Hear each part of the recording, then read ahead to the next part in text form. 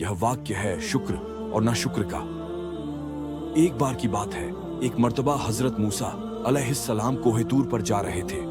रास्ते में उनको एक शख्स मिला। उसके पास माल था, उसके पास घर था, उसके पास दौलत थी, उसके पास हर एक चीज थी जो एक इंसान के पास होनी चाहिए।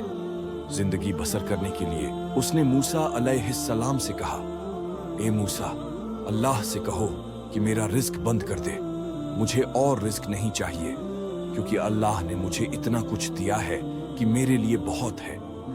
मूसा अलैहिस्सलाम यह सुनकर आगे निकल जाते हैं। जैसे ही आगे बढ़ते हैं, उनको रास्ते में एक और शख्स मिलता है जिसके पास कुछ भी नहीं होता। वह भूख से तड़प रहा होता है और उसके बाल बड़े बड़े रहते हैं।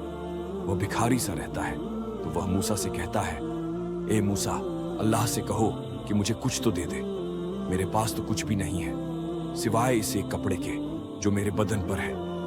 मूसा अलैहिस्सलाम दोनों की बात सुनते हैं और कोहे तूर की तरफ निकल जाते हैं। कोहे तूर पर पहुंचने के बाद जब मूसा अलैहिस्सलाम ने अल्लाह से बातचीत करनी शुरू की तो अल्लाह को इन दोनों की अर्जी लगाई है और कहा कि अल्लाह, मैं जब आ रहा था तो रास्ते में मुझे तेरे दो बंदे मिले। उनमें से एक का कहना तो ये है कि मेरा रिस्क बंद कर दे और दूसरे का कहना ये है कि मुझे कुछ तो दे दे। अल्लाह ने जब मूसा अलैहिस्सलाम की बात सुनी तो कहा, ए मूसा, जो शख्स यह कहता है कि मेरा रिस्क बंद कर दे, उसे जाकर कहो कि तुम अल्लाह का शुक्र अदा करना बंद कर दो। जिस दिन तुम अल्लाह का शुक्र अदा करना बंद कर दोगे, मैं तुम्हारा रिस्क बंद कर दूंगा। और जो दूसरा शख्स यह कहता है कि मेरे पास कुछ भी नहीं है, उसे जाकर कहो कि मेरा शुक्र अदा करना शुरू कर दे। जिस दिन वह मेरा शुक्र अदा करना शुरू कर देगा, मैं उसे रिस्क देना शुरू कर दूंगा। मूसा अलैहिस्सलाम यह बात सुनकर चले जाते हैं और उन दोनों शख्स के पास जाते हैं। पहला शख्स जो यह कहता है कि मेरा रिस्क बंद करवा दो, उसे कहते हैं कि अल्लाह ने कहा है कि तुम शुक्र अदा करना बंद कर दो, मैं तुम्हारा रिस्क बंद कर दूंगा।